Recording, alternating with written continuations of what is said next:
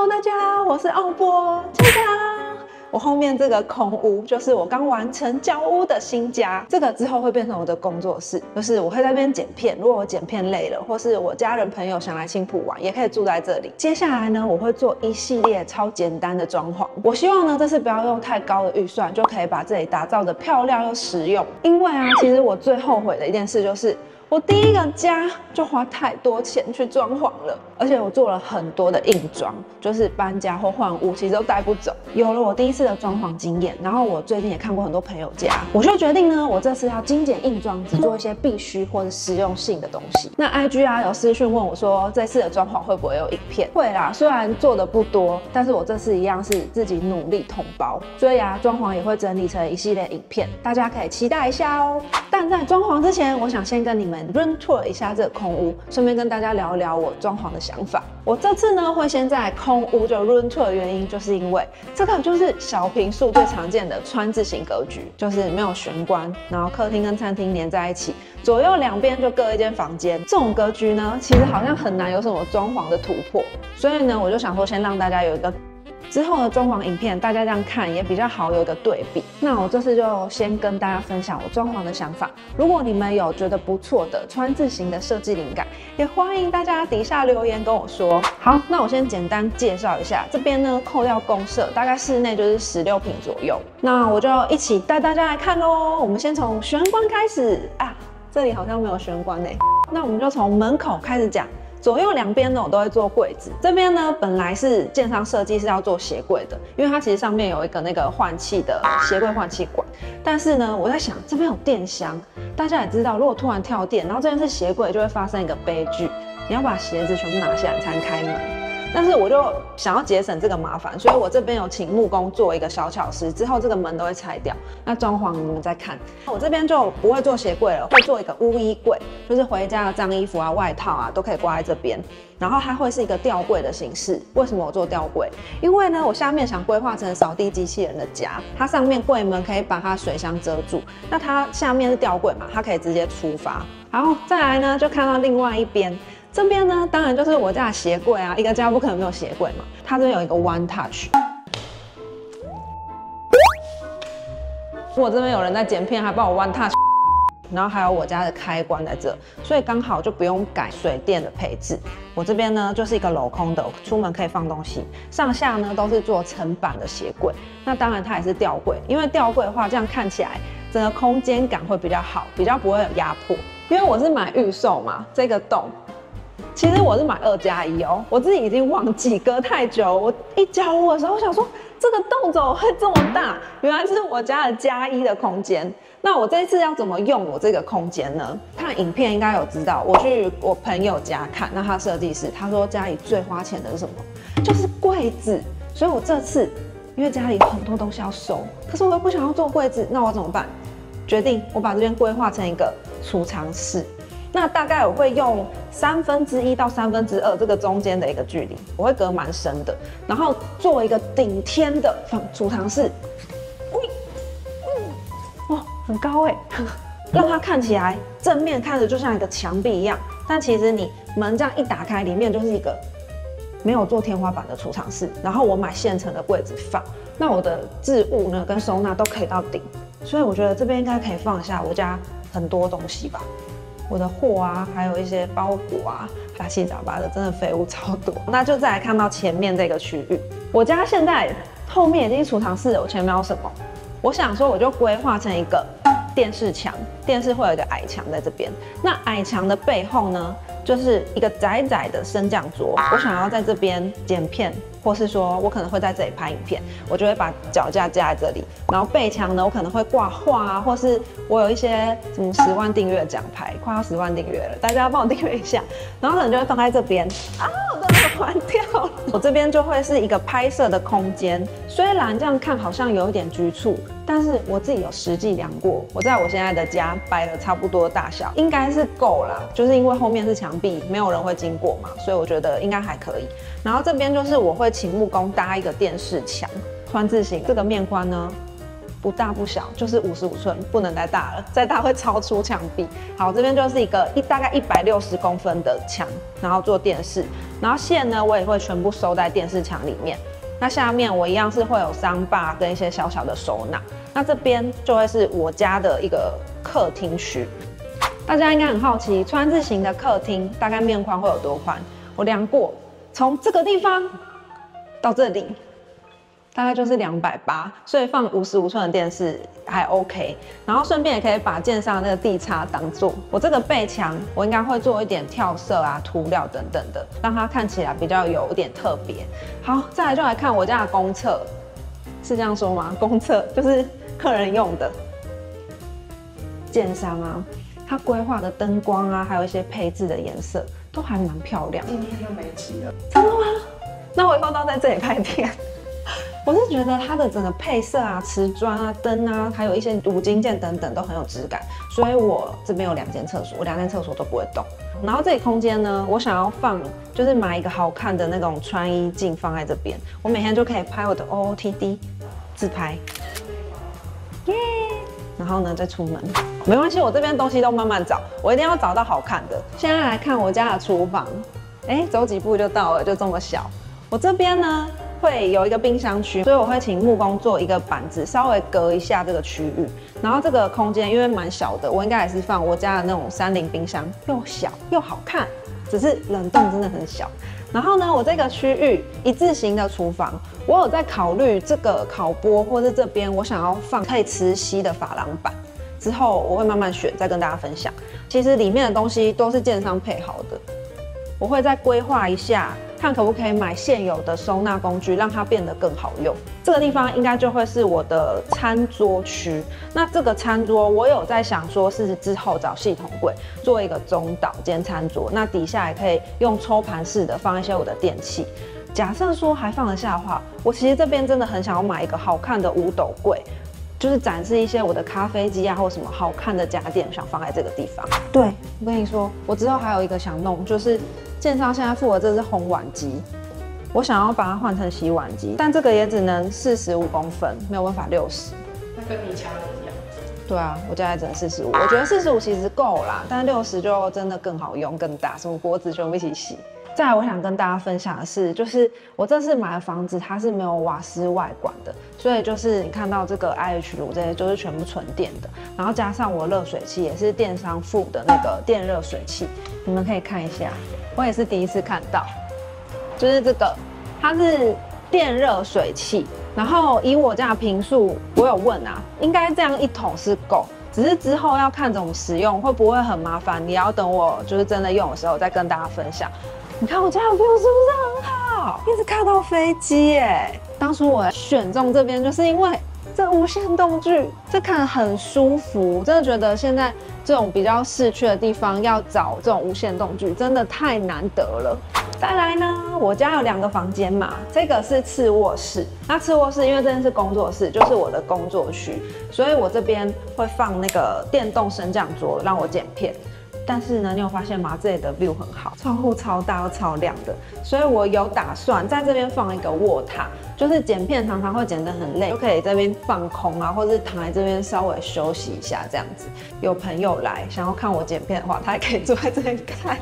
会有人要看吗？那要去主卧咯。好，再来我家的房间，最后一间已经快结束了，就这么小。这也是我的主卧。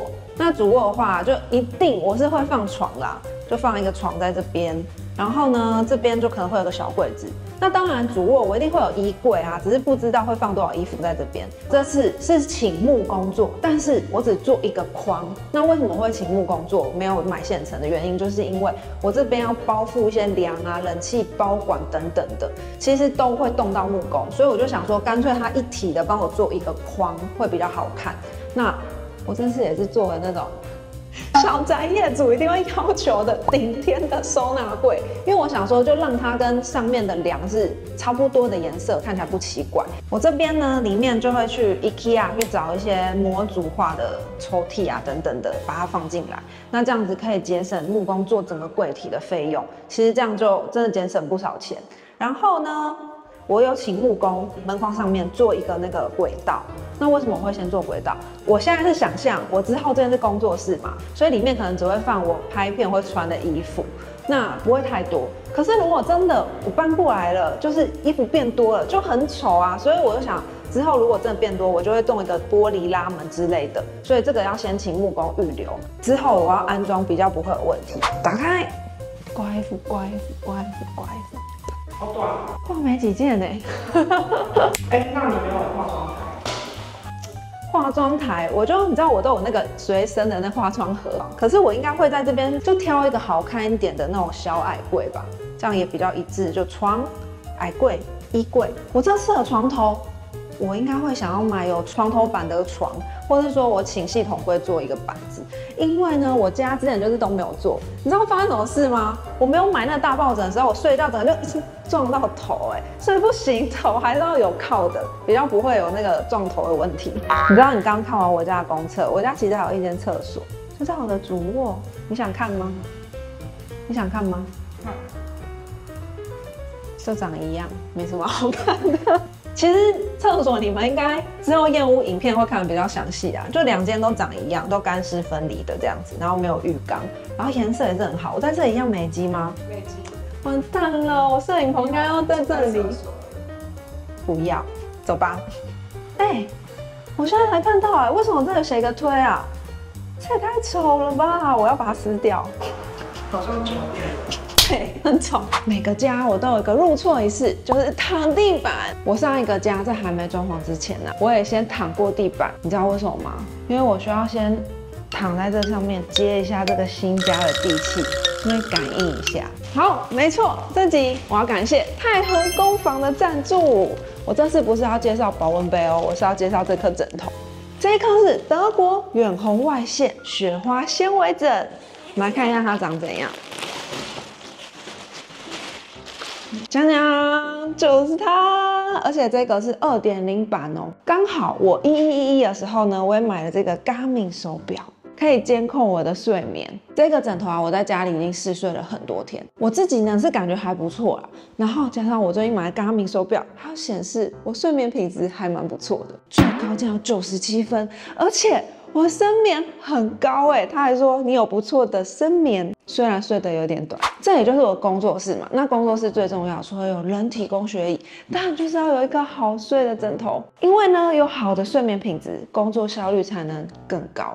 我觉得枕头床垫、沙发要找到适合自己的，真的很不容易。我每次都花很多时间，因为我觉得这种东西就是要慢慢挑。这一颗枕头它是远红外线枕。我觉得它也很适合长辈使用。为什么我会这么说呢？因为有看我电视开箱就知道，我家那个很懂电视的长辈，他超爱买远红外线系列的产品。他说这个呢非常助眠。这颗枕头它有通过德国 AGR 脊背健康协会认证，每一颗枕头都有独立的生产管制序号。它里面的纤维是欧洲最大的制造商生产，加上太和工坊是一个专注健康和安全的品牌。我觉得像枕头是每天都要睡，而且又是亲肤的产品，品质和它的填充物有把关，我觉得这点很重要。除了品质我觉得枕头最重要的就是要好睡。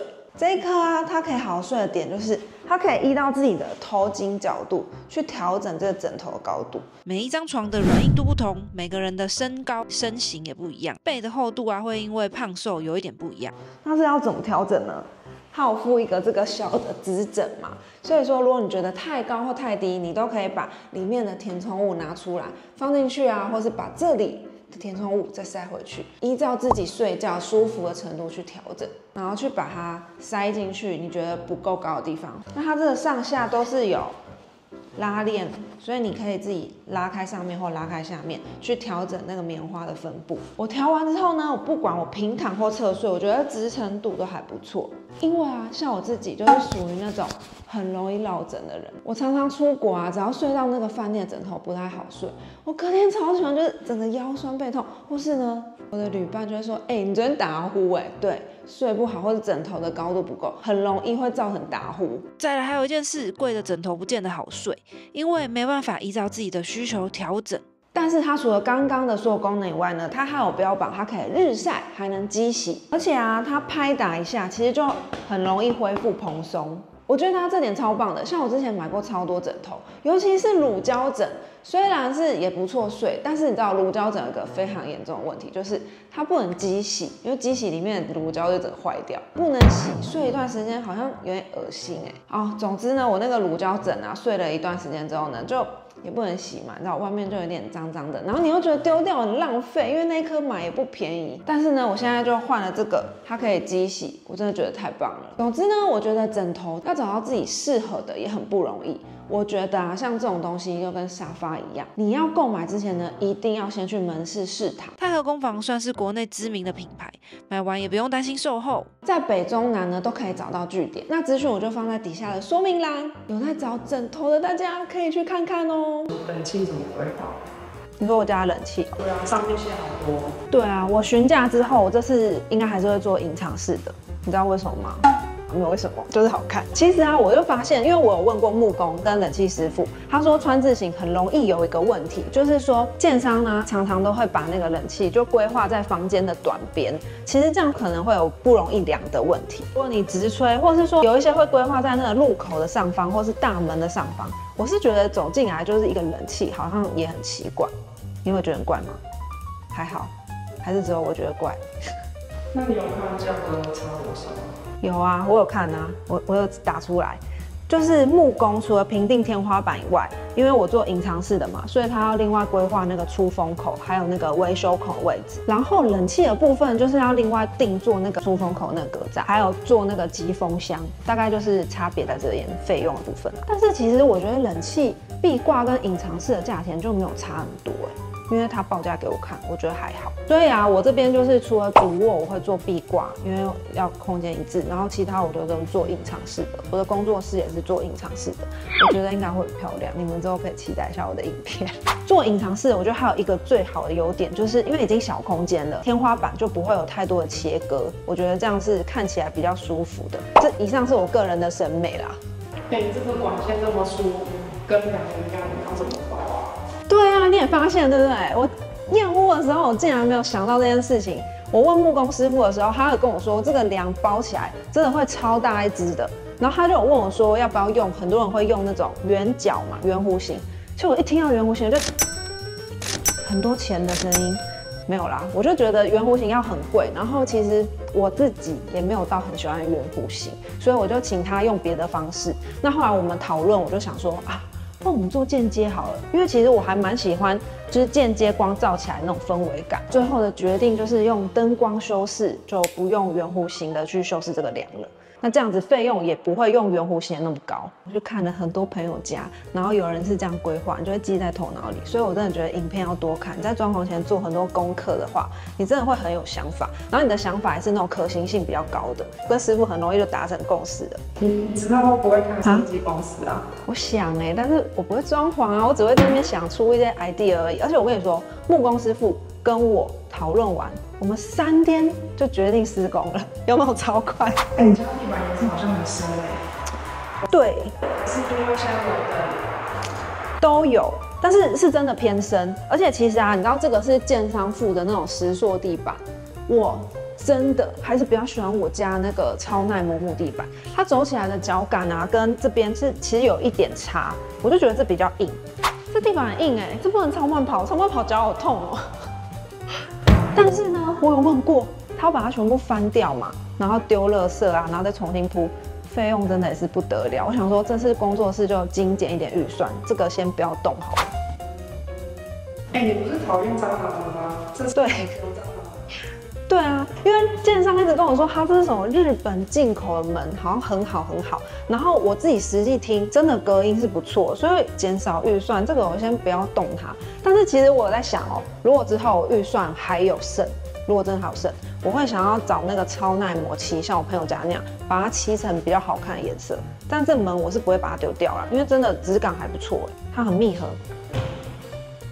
这个声音很扎实觉得还不错，就留着吧。我之前请木工做门，而且那是4年前的报价，这种门这样子就是2万多所以如果我家有1、2、2个厕所门，4个门，它8万多不行不行，我真的觉得太贵了，不要省钱，真是要省钱。工作室，那你家窗帘呢？这边因为这边煮饭嘛，我之后看如果油烟太大，就不会用，但是如果还好，我可能会装。那其他的，我还是倾向蜂巢莲呢，因为我就个人喜好，我真的觉得很漂亮。那你家预算要抓多少？这里哦，坐下来讲好不好？我觉得刚刚这样一直走有点累，在这里好了，采光很好。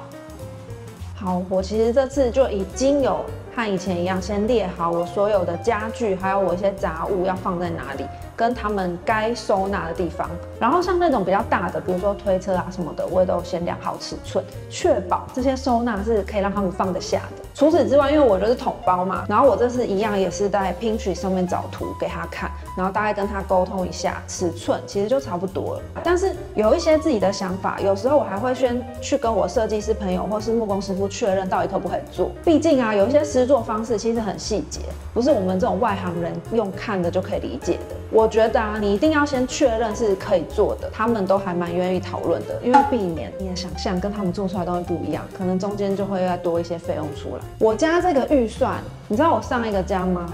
真的装潢就破百，很可怕。我这次呢，当然就没有花这么多钱。但是那是4年前破百。